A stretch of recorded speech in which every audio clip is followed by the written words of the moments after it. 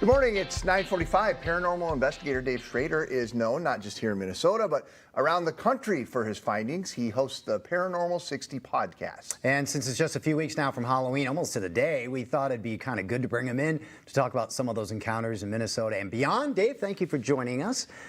Let's go back many years now. Tell us how you got into the paranormal and why it strikes you as interesting. You know, I wish I could say I bumped my head and suddenly this awakening happened. Yeah. It's just always been a part of my life. My grandmother came to visit me after she passed away when I was about 2.5. And my mom, when I'd go to spend the night at my grandparents' house, my mom would come pick me up in the morning and I'd tell her stories of my grandmother. And she's like, "That's sweet, honey, you're dreaming about your grandma." And I'm like, "No, she came in and read." And then each visit seemed to get a little bit more detailed, and I knew things I shouldn't know at that age. Yeah. And I would relate it back, and then finally when my mom mentioned it to my aunt, she said, "Dave thinks he's seeing the ghost of Mom." My aunt said, "I've got 2 phone calls from her since she passed away." So It just seems to be part of our family lineage. So it's, and then I lived in a haunted house in Illinois, and then I've been traveling the world to see every haunted site and location I could get to. So for some people, if this were happening, they would run away from it.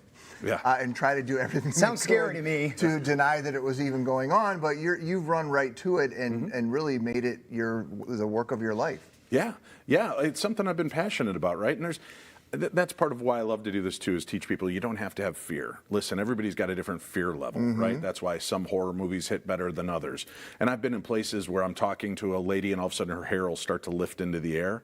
And it's just the gentlest of something making itself known, and you would think a demon jumped on her back and was trying to chew her face off. She'll scream and run out. And you're like, wow, that's a very low tolerance for fear. And then I've been with other people who have been knocked to the ground and get back up and they're like, "That was incredible." So, it just kind of depends on what you're going into when you're interested with the paranormal. Can you tell us about some more of the exciting or more interesting things that have happened that you've seen yourself? Gosh, I've been... or even investigated. Yeah, I was lucky enough to be on about a dozen episodes of Ghost Adventures, Paranormal State, Haunted Hospitals. I've been the lead investigator on the shows The Holzer Files and Ghosts of Devil's Perch. And I have a new show called Paranormal Mysteries. It's out on Stream Beacon TV. So I've really had the luxury of being in some of the most haunted and historic sites on the planet. And it's really great. The type of activity, when we filmed our very first episode of the Holzer Files, we filmed at the Whaley House in San Diego. And we were talking to the spirit, and he had been shot by the previous owner.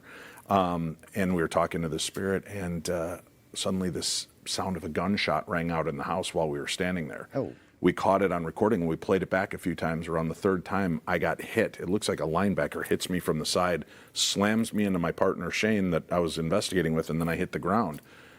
It was so heavy and fast, I thought a cameraman in the dark came around and tripped and hit me. And when I turned around and there was nothing there, my brain just broke. Because it was like, what just happened? You start thinking, did I black out? Did I, did something? Then they show me the footage and I'm fine. It just literally just get lifted in the air and knocked to the ground. So that one was pretty shocking. So does that scare you? Because I wouldn't do it ever again if that happened to me. Well, you know what though? Listen, I've got 11 kids, so I've been through the gambit. 11 kids. I'm still working on the baby weight, Ken. Don't make me feel bad. Kids. Yeah. So I think I've been prepared for this job my whole life because I've seen the scariest, Going the into weirdest. haunted houses seems like a joy. A vacation. It's a vacation. Yeah. I get it now. Tell us about, you were at Palmer House, which I think is probably known as one of the more haunted spots in the state of Minnesota. Sauk Center, Minnesota. Yeah. I visited it the first time 19 years ago, and I've been going 2 to 3 times a year. This piece of footage was caught last year at one of my events, and the gentleman, Carl Hall, was filming inside the door, and you can see this ghostly hand reaching up the leg of one of the people that were on the conference. And look at how weird and long the fingers are. Oy. And it just kind of appears. That's actually Shane Sheets, who's a mayor of one of our towns here in the Twin Cities. He's the coroner, and he had no idea that was going on until they reviewed the footage. But yeah, you just slowly see this ghostly hand reaching out from the door frame, and it kind of runs up the length of his leg. That was a cool piece of video footage to capture. I would run out of the house screaming. Yeah? I can't believe, well, with 11 kids now I understand why you would venture in. A little less scary. We have a clip from Paranormal 60, and we're going to play that, and then you can explain what it is? Well, or do we need to set it up? Let me first? set it up, Okay. because again, this is in the Palmer house. We were in the basement investigating. It was a pretty quiet night. We weren't having a whole lot going on, so we used this tool called the Spirit Box. It creates a template of noise for spirits to use to speak through, because obviously they don't have mouths, you know. They don't? And I decided, well, sometimes there are kid spirits that are seen down here. Hey, kids, do you want to play a game? Yeah. And I said, let's play the alphabet game. And this is what we caught. If I say some letters, can you say the letters right after it? A, B, C. Oh my God. Thank you. So I would have ran out of there so quickly. wow, I was asking for it, right? I was You something were that- asking That's for true. it. You were engaging. They go, right? why aren't you afraid going to these Yeah. places? And I'm like, no, it's like, you know, are you afraid of lions and tigers and bears? Yeah. Yeah. Unless you're at the zoo, because you went there, you're expecting it. So I go to these places expecting something weird.